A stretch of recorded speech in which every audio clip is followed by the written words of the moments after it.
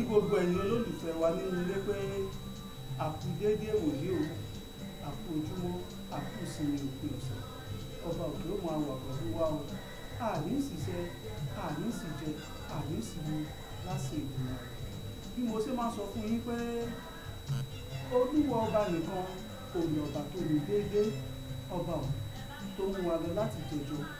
Òun ló dá wa padà sórí ètò lọ́jọ́ tèmi o, lórí ètò ẹ jẹ́ ká sọ tiwa. Ẹ jẹ́ ká sọ tiwa ó lè tò tí ló ń lọ lọ́wọ́lọ́wọ́ báyìí lórí ìkànnì OJBT Yorùbá níbi ká ti ń dásà àti ṣe Yorùbá lárugẹ. Tó orí ètò la kalẹ̀ sí lọ́jọ́ tèmi o, màmá sọ fún yín pé orúkọ mi ò yí padà. Asiwaju Olalekan Ademeto ọ̀gbọ̀n bàbá méjì olóògbé mọ́sọ̀ olóńkì yín káàbọ̀ sórí àkọ́tún ètò ìrọ̀jọ́ ti tòní o. Tó ẹ jẹ́ ká lọ sílé agbára tán ká tó pàdé ìwọlé.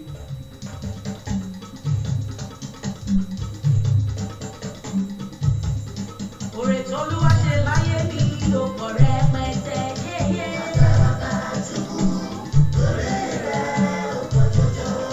Ọba tó ṣe fún mi dẹ̀rí, òun ló ní kí n máa yọ. Tó Àtàbàtúbú Ọlọ́run Olódùmarè ọba tí kọjọ́ bídà ti dájọ́ rẹ̀ fẹ̀mí rẹ̀. Tó bí mo ṣe bẹ́ẹ̀ ṣe ń gbọ́ àwọn orin tẹ́ ń gbọ́ lọ́wọ́ ẹ ti mọ̀rú àlejò ta ní lọ́jọ́ tèmi. Ẹ ti mọ̀ pé òǹkọrin ẹ̀mí nílànà ẹlẹ́sìn Kristẹni olàlejò wa lọ́jọ́ tèmi. Ayaba Olúwarẹ̀mílẹ́kún OMOARA. Kí ni nǹkan tẹ́ fẹ́ mọ̀ nípa OMOARA lọ́jọ́ tèmi? Wọ́n ní ẹnu onípọ̀n ó ní oníkùn láti ń gbọ́ pọ̀n, ẹnu ọlọ́fà láti gbọ́ mọ̀tá. Ẹnu àlejò wa lẹ́tì wọn àgọ́ bí gbogbo ẹ̀dá ṣe ń lọ. Kí ni tá à ń pè OMOARA tára ẹ̀dá tó kú? Kí ni nǹkan tó ṣe? Kí ni nǹkan tẹ́ ẹ̀ tí mọ̀ tẹ́ fẹ́ mọ̀ nípa Olúwarẹ̀mílẹ́kún OMOARA? Ó yá ẹ jẹ́ ká fòwe gbé àlejò. Ọ̀tá ilé mi bá sọ pé kò lè dáa fún mi mọ́. Bàbá lára ṣe mí lóko ara.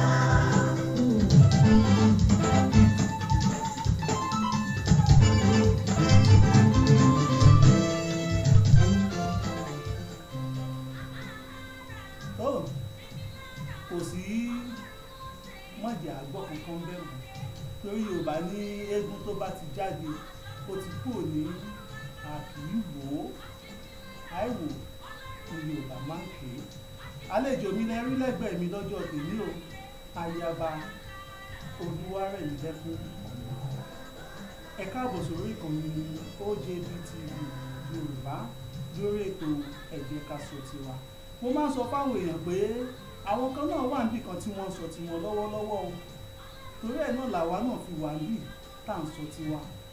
Èmi àti Queen Rẹ̀mílẹ́kún OMOARA àwa náà fẹ́ sọ tiwa báyìí. Ẹ máa tẹ́tí kí ẹ máa gbọ́ wa. Tó ìyá wa ẹ káàbọ̀ sórí ìkànnì OJBT Yorùbá níbi tá a ti ń tẹ́ pẹpẹ ètò ẹ jẹ́ ká sọ tiwa. Tó kí lẹ fẹ́ sọ fún wa lọ́jọ́ tèmi? Mo kí gbogbo ara lé o, mo kí ojú tó wò mí o, ojú tẹ fún wò wá ò ní fọ́ o, mo kí òjò yín o, ẹ kú ilé o.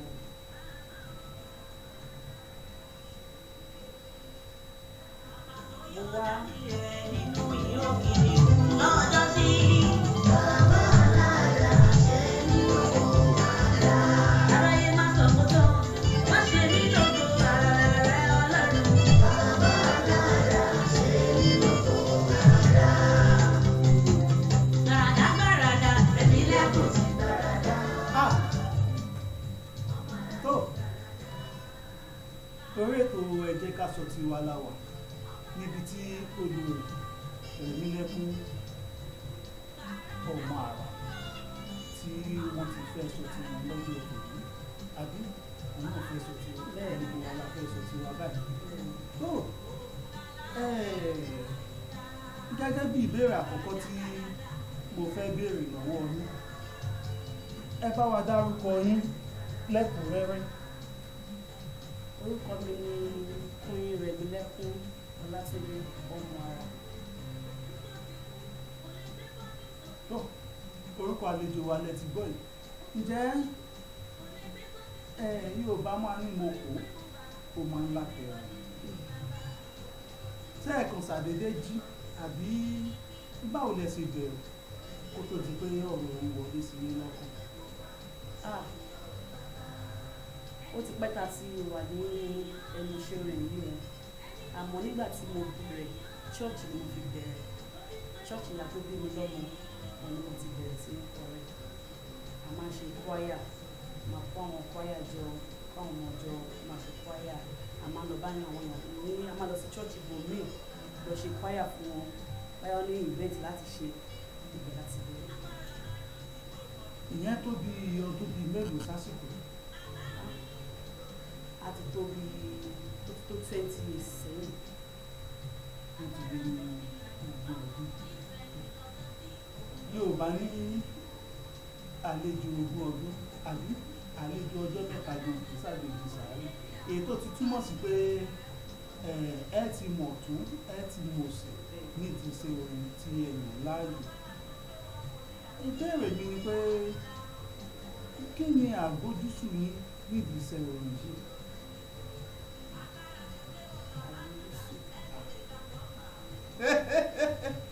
Bá a gbọ́rin sókè ẹ jẹ́ ká gbé orin. Agbára ló gbé bọ́ Adéyẹmí o, bàbá wa fẹ́ wọ̀ mí.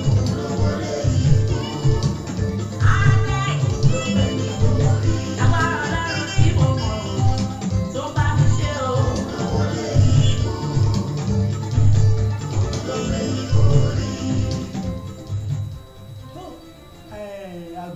Àgbójúsùn yín nídìí iṣẹ́ orin ni pé ta ni ẹ wò gẹ́gẹ́ bí àwòkọ́ṣe.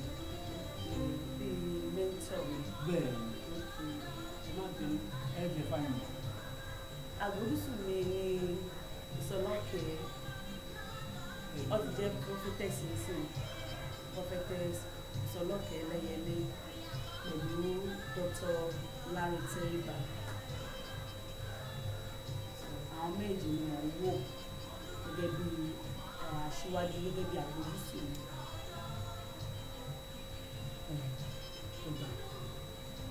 Nígbà tí ẹ tó tiẹ̀ wá dà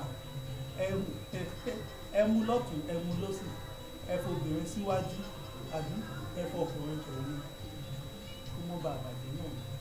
Nígbà tí ẹ ti bẹ̀rẹ̀ sí orin gẹ́gẹ́ bẹ́ẹ̀ ti sọ pé láti bí ogún ọdún sẹ́yìn, ǹjẹ́ ti ní àwọn orin tẹ́ ti gbé jáde rí? Bẹ́ẹ̀ni, mo ti ní méjì.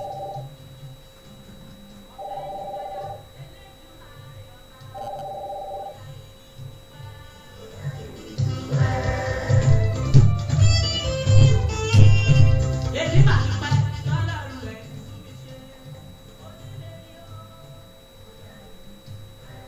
Ẹ ti ṣètò àwọn orin méjì, ẹ bá wa dárúkọ ìlú sísẹ̀ntẹ̀lé.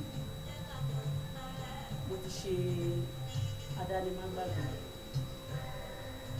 mo ti ṣe Ìmoore. Adánimágbàgbé àti Ìmoore tó Olúwa náà lọ́ba Adánimágbàgbé. Èmi gbọ́dọ̀ fẹ́ ní Ìmoore ìṣẹ̀lẹ̀ tó ṣèyàn lọ. Àbí bẹ́ẹ̀ ṣe gbé kalẹ̀ kọ́ nìyí tó àdúpẹ́ fọlọ́dún rẹ̀. Níbi tí a bá dé yìí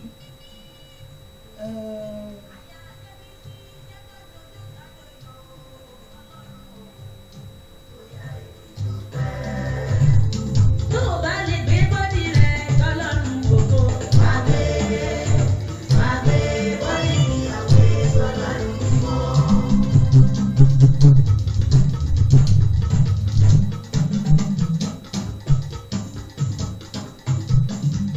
Tó o bá lè gbé bọ́dì rẹ̀ tọ́lọ́run gbogbo. tó ìyá wa torí bí a bá rìn tá a bá ń kori tá a bá rìn tá a bá ń pàdé ká lè máa bẹ̀rẹ̀ wa pé ibo lẹ̀ ti sẹ̀ ibo lẹ̀ ti wá ibo gan-an lórísun yín.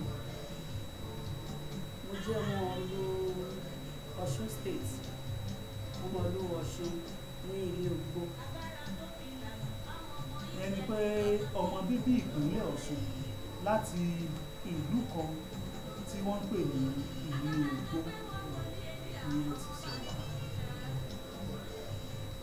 Ṣé ìlú ilé Ògbó yìí náà lẹ ti ṣe kékeré ni àbí? Irọ́ o, Èkó ń bíbá ẹni o. Èkó ló bí mi sí o. Ọ̀dà apá kan Èkó, apá kan ìlú Ògbó. Ọ̀pẹ ní tó lóògùn rẹ̀. Síbi tá a wà náà tá a kì í rí funfun olóògùn rẹ̀. Ọba Olúwa á máa ràn wá lọ́wọ́. Yóò gbé wa tayọ èrò kan wa ní ti dáadáa. Ọ̀nà wo lẹ ìgbà sa àwọn orin tí ẹ̀ kò síta jù? Ṣé ẹ wà mọ́ àwọn olórin tó máa ń ra orin àbí tó máa ń wá? Rárá o, mi ò ra orin o. Ẹ̀bùn ni tí èèyàn bá ń kọrin tí ò bá lè compose orin fúnra rẹ̀, Ọlọ́run ti fún lẹ́bùn ìpè. Mo máa ń compose orin fúnra mi ni tó fi jẹ́ pé tí n bá ní eré níta the outing tó mo fẹ́ lọ kọrin kò mọ́ mi lára pé kí n kọrin olórin. Orin tèmi tí mo compose tí mo dákọ fúnra mi òun ló máa sábà kọ. Ọ̀dà jẹ́ kí n bèrè ìbéèrè kan báyìí. Nígbà tí ẹ̀dá orúkọ orílẹ̀ kan ọmọ àràbò ni ọmọ àrà ṣe kún orúkọ tí ó jẹ́ orúkọ àbùsọ orí. Èmi mo gbé àrà yẹn jáde fún ara mi. Ọlọ́run ó ń fún wa ní àrà oríṣiríṣi, ó ń fún kálukú lára oríṣiríṣi. Àrà tọ́lọ́run fún mi tí mo mọ̀ pé Ọlọ́run pé àwọn nǹkan tí mò ń ṣe yìí o jẹ́ kí n fi dárúkọ ẹgbẹ́ mi, orúkọ báǹdì tèmi, ẹ má bí pé mo sọ ní English, orúkọ báǹdì tọ̀dọ̀ mi kí n pè ní ọmọ àrà. Àrà rere tọ́lọ́run fi mí dá kí n fi orúkọ yẹn pè gẹ́gẹ́ bí ọmọ àrà. Ìbéèrè tí mi ò bá béèrè lọ́dà pé ti sọ ń pa ilé ẹ̀kọ́ nípa eré ìta gbangba. Bẹ́ẹ̀ni, a máa ń gba eré ìta gbangba. Tá bá ní ìgbéyàwó, òkú àgbà, ọjọ́ ìbí, a máa ń ṣe eré ìta gbangba.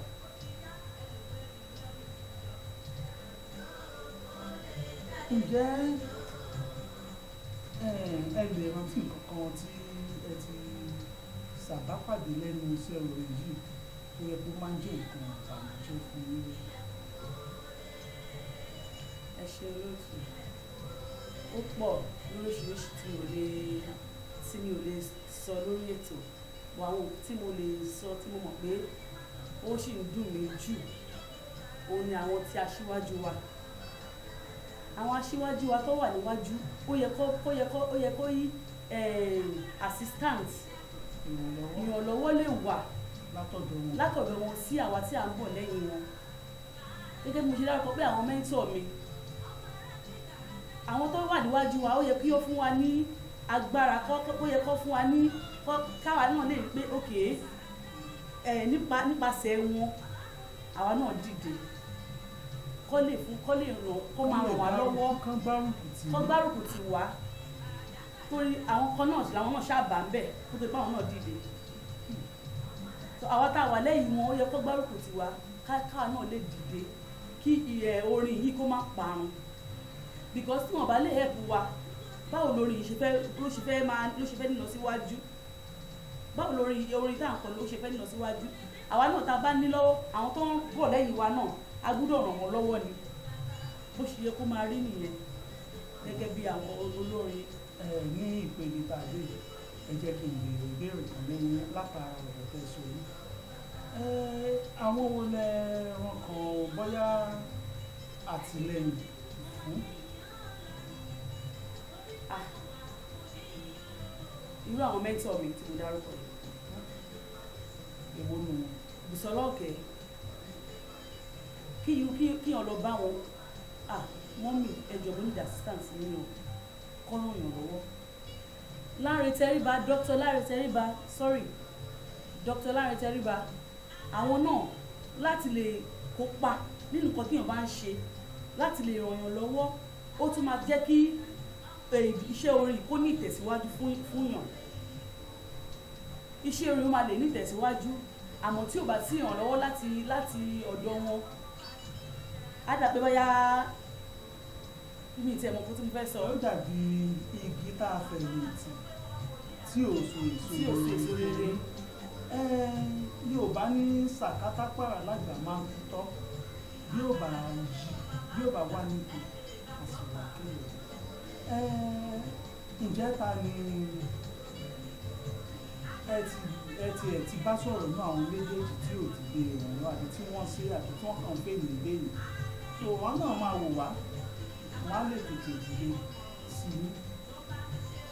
Dr. Lanre Tẹríba àtijọ́ ṣe album kan tó jẹ́ pé wọn ò bá mi parí ẹ̀ nígbà yẹn wọn ò bá mi parí ẹ̀ so wọ́n náà fẹ́ travel by the time tó máa dé wọn sọ anything pẹ̀ mọ́ àṣẹ anything sí mọ́ láti for 6 years láti ọdún 6 sẹ́yìn àṣẹ anything sí mọ́. Sọ nǹkan kan lórí rẹ́kọ̀dù àṣẹ anything lórí ẹ̀. Ǹjẹ́ jẹ́ kí n béèrè ìbéèrè kan ṣé nígbà tí ẹ bẹ̀rẹ̀ rẹ́kọ̀dù ní ètí ẹ̀sìn lọ́dún bíi 6 sẹ́yìn kí ni àdéhùn wo ló wà ṣáájú?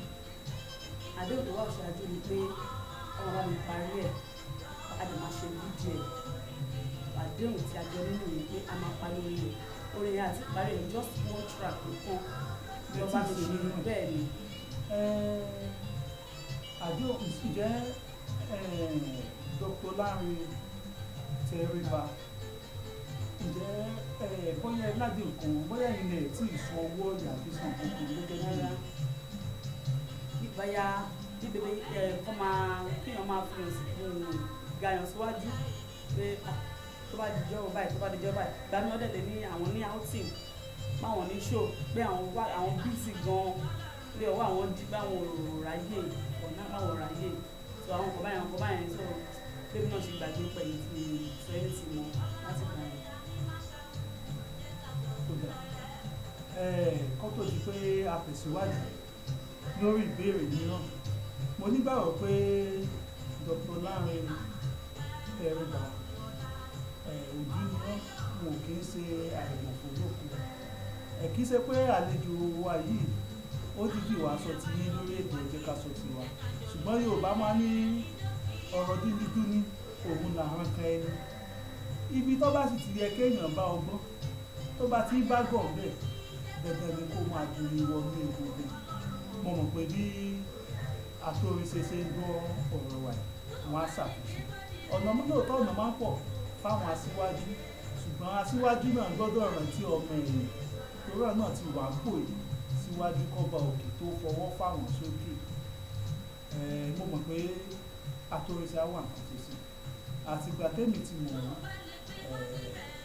mi ò rán ṣàṣetì eléyìí yóò jáse lọ pẹ̀lú àṣẹ Ọlọ́run bẹ́ẹ̀ ṣe ń sọ lórí ètò ẹ jẹ́ ká sọ tiwa lètò tá à ń ṣe lọ́wọ́ lórí ètò OJB TV Yorùbá tó ìyá wa à ń sọ nípa nǹkan tí ó ti ṣẹlẹ̀ ìdí orin léyìí tó jẹ́ ọgbẹ́ ọkàn fún yín ìjà àwọn nǹkan wo lẹ ti rí lẹ ti ṣe lẹ ti lè jókòó fẹ́ rántí pé mo mọ̀ dúpẹ́ Ọlọ́run tó fi ẹsẹ̀ mi ilé ọ̀nà orin kíkọ. Kò sí púpọ̀ jù náà àmọ́ ìwọ̀nba tí mo lè sọ nípa ìlú pé nípa orin náà àti kékeré ní Ọlọ́run àti kókó ìyá mi sọ fún mi pé àti kókó lọ ti ní orin ni màá kọ pé nígbà tí wọ́n bí mi àwọn church choir àwọn àpapọ̀ olórin àwọn ló gbé mi nínú ẹ̀jẹ̀ báyìí tó gbé mi lọ sínú ìjọ inú church tó gbé mi jó pé olórin àwọn jó olórin àwọn dé so nígbà tí a ṣàǹbàbọ̀ díẹ̀díẹ̀ tá à ń bàbọ̀ àwọn nǹkan tó yẹ pé tí mo pass through ẹlòmíì tẹ bá ìrànlọ́wọ́ lọ sọ́dọ̀ ẹ̀ ó lè máa fi lọ́kùlọ̀ lọ́yàn jẹ́ kí n ṣe nǹkan báyìí kí n lè fún ẹ ní nǹkan báyìí àmọ́ àwa tá ti sọ pé olórin ni mí pé Ọlọ́run dídí yàn mí, Ọlọ́run pè mí pé orin ni màá kọ, màá sọ pé mo fẹ́ ṣe nǹkan báyìí kí n tó lè rí ògo yẹn lò, irú ò lè ṣẹlẹ̀. So bẹ́ẹ̀ lọ tí èèyàn ò lè fẹnu sọ lórí ètò.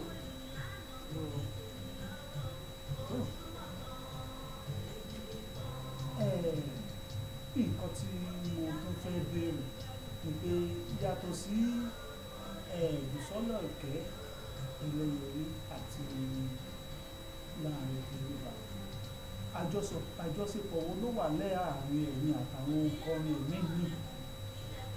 Mo ṣe ẹgbẹ́ PMAN, ìyẹn àwọn àpapọ̀ olórin àwọn òṣèré Lagos State, mo ṣe ẹgbẹ́ wọn. Mo dẹ̀ tún wà nínú ẹgbẹ́ CSGM àwọn olórin kérúbù nìkan, mo wà nínú ẹgbẹ́ wọn náà. So tá bá ní show, tá bá ní outing, tá ní eré ìta, àjọ máa ń lọ ń ṣe. Tá bá ní eré tinú ṣọ́ọ̀ṣì náà ti jọ, àjọ máa ń lọ ń ṣe.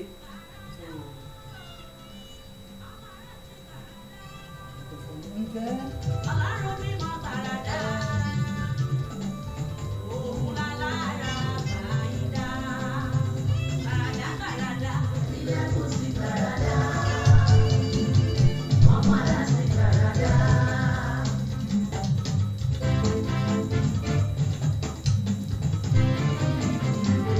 Òkú tó ti kú, kò lè gbé bọ́dì sókè. Orí ètò Ẹ Jẹ́ Ká Sọ Tiwa la wà pẹ̀lú Queen Rẹ̀mílẹ́kún OMOARA níbi tá a ti ń sọ tiwa lọ́wọ́lọ́wọ́ báyìí. Ìyá wa olórí Rẹ̀mílẹ́kún, ǹjẹ́ àmọ̀ràn wo lẹ ní fún àwọn ọ̀dọ́, àwọn olórin tó ń bọ̀ wá àti àwọn olórin tí wọ́n ti wà níwájú? Àmọ̀ràn tí mo ní sí àwọn olórin tó ń bọ̀ lẹ́yìn pé ká máa fi sùúrù àti ọkàn ìrẹ̀lẹ̀ ṣe nídìí iṣẹ́ orin. Ká fi ọkàn ìrẹ̀lẹ̀ tẹ̀lé àwọn aṣíwájú wa, káwa náà lè ga. Ká máa ní ẹ̀mí sùúrù. Gbogbo nǹkan la máa pass through, gbogbo nǹkan la máa là kọjá, a máa la rere kọjá, a máa la búburú kọjá. Àmọ́ tí a bá ní ẹ̀mí sùúrù, a máa débi tá à ń lọ. Àwọn aṣíwájú wa náà, àmọ́ tí mo máa gbà wọ́n náà ni pé àwa tá a wà lẹ́yìn wọn, kó jọ̀ọ́ kó máa ràn wá lọ́wọ́. Bí Ọlọ́run ṣe ràn wọ́n lọ́wọ́, káwọn náà máa ràn wá lọ́wọ́. Káwọn náà lè mọ̀ pé àwa náà jẹ́ nǹkan pàtàkì nínú iṣẹ́ orin yìí. Ọ̀rọ̀ mi ò jù bẹ́ẹ̀ lọ. Kí a tó mú ètò wá sí ìpamọ́, àwọn olólùfẹ́ yín tó ń wò yìí nínú ilé, bóyá wọ́n lè ní nǹkan kan láti bá yín sọ lábẹ́ àṣọ, tàbí àwọn tó fẹ́ pè sí eré ìta gbangba, ẹ bá wa sọ àwọn òǹkà ẹ̀rọ ìbánisọ̀rọ̀ yín. Ẹ̀rọ ìbánisọ̀rọ̀ mi ní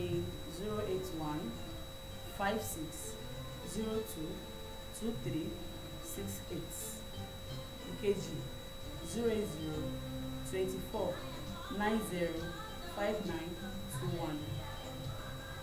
Ẹ bá wa tún òǹkà yìí sọ. 08156022368. Ìkejì 08024905921. Òǹkà ẹ̀rọ ìbánisọ̀rọ̀ tí ẹ lè pe ìyá wa Rẹ̀mílẹ́kún OMOARA sí, òun náà lè ti gbọ́ yìí. Bóyá ẹ lérò ìta gbangba, abẹ́ láwọn nǹkan kan tẹ́ fẹ́ bá wọn sọ̀rọ̀, tá a bá ti kó ìwé ètò báyìí, ẹ máa pè wọ́n á máa dá yín lò ní sísẹ̀ǹtẹ̀lé.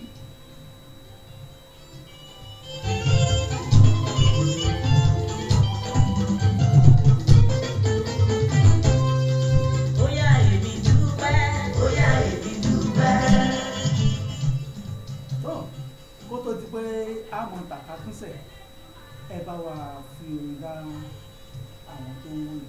Ẹ bá fi orin dáhùn lára. mo ní Jésù, mo ní Jésù, mo ní Jésù, mo ní Jésù, ẹ̀rù bà mí, mo ní Jésù lọ́rẹ́, mo ní Jésù, mo ní bàbá, mo ní Jésù, mo ní Jésù, mo ní Jésù, ẹ̀rù bà mí, mo ní Jésù lọ́rẹ́, mo ní Jésù, ó yá má jẹ́ n jìyà láyé mi, má jẹ́ n jìyà láyé mi, ìyà ò yẹ mí Ọlọ́run, má jẹ́ n jìyà, má jẹ́ n jìyà láyé mi. tó gbogbo wa la ò kú ní jìyà, ẹ tó bá ti ní Ọlọ́run ní olùgbẹ́kẹ̀lé, ìyà kan ò sí, ìbẹ̀rù kan ò sí fún ọmọ Ọlọ́run. ǹjẹ́ ní nǹkan kan tí ẹ̀ ń kó lọ́pọ̀ lọ́wọ́ bóyá àwọn olólùfẹ́ yín fẹ́ fi sára níbi? Bẹ́ẹ̀ni, àwọn olólùfẹ́ mi béèrè pé ṣé mo lè máa kọ gospel hip hop. Mo jẹ́ kó yé wọn pé mo lè kọ, so ìyẹn là ń ṣe lọ́wọ́ báyìí, ìyẹn là ń pòpọ̀ lọ́wọ́. Gospel hip hop. Ìgbà wo ni wọ́n mú àrètí eléyìí báyìí? Títí oṣù kẹta sísìn, àzèbé kọ̀ọ̀kan fún wa ní oṣù mẹ́ta sásìkò yìí. ìgbà tó òun lẹ ti gbọ́ látẹnu ìyá wa Ẹ̀mílẹ́kún OMOARA. wọ́n ní bí ó bá fi tó oṣù mẹ́ta sásìkò yìí tuntun báyìí tí ẹ̀yẹ ẹ̀sùn náà lẹ́ẹ̀ máa gbọ́ pẹ̀lú orin àkọ́tún gospel hip hop. tó ǹjẹ́ tí a bá pè yín sí orí ètò ní ọjọ́ yìí ṣé ẹ wà bá wa? Ọmọ wa láṣẹ Ọlọ́run. ẹ̀sìn àdúpẹ́ ọpẹ́ ní f'Olódùmarè tó mú wa gúnlẹ̀ sórí lórí ètò ẹ jẹ́ ká sọ tiwa pẹ̀lú ìyá wa Ẹ̀mílẹ́kún OMOARA lọ́jọ́ ti tòní. tó a máa lọ lọ́jọ́ tèmi o, títí dọjọ́ mi tẹ́ẹ̀tún máa gbọ́ wa. èmi náà lè lò mo ní fi ní sẹ́dùn mí. Asiwaju yín rè Olalekan Akanji kọ́ Ademeto ọmọ bàbá níjọ Ògbómọ̀ṣọ́ ló ń kí yín pé títí ọjọ́ mẹ́jọ ayọ̀ àtàláfíà láti fi pàdé lórí ètò ẹ jẹ́ ká sọ tiwa. ẹ jẹ́ ká sọ tiwa lórí ìkànnì OJB TV Yorùbá. tó ire o.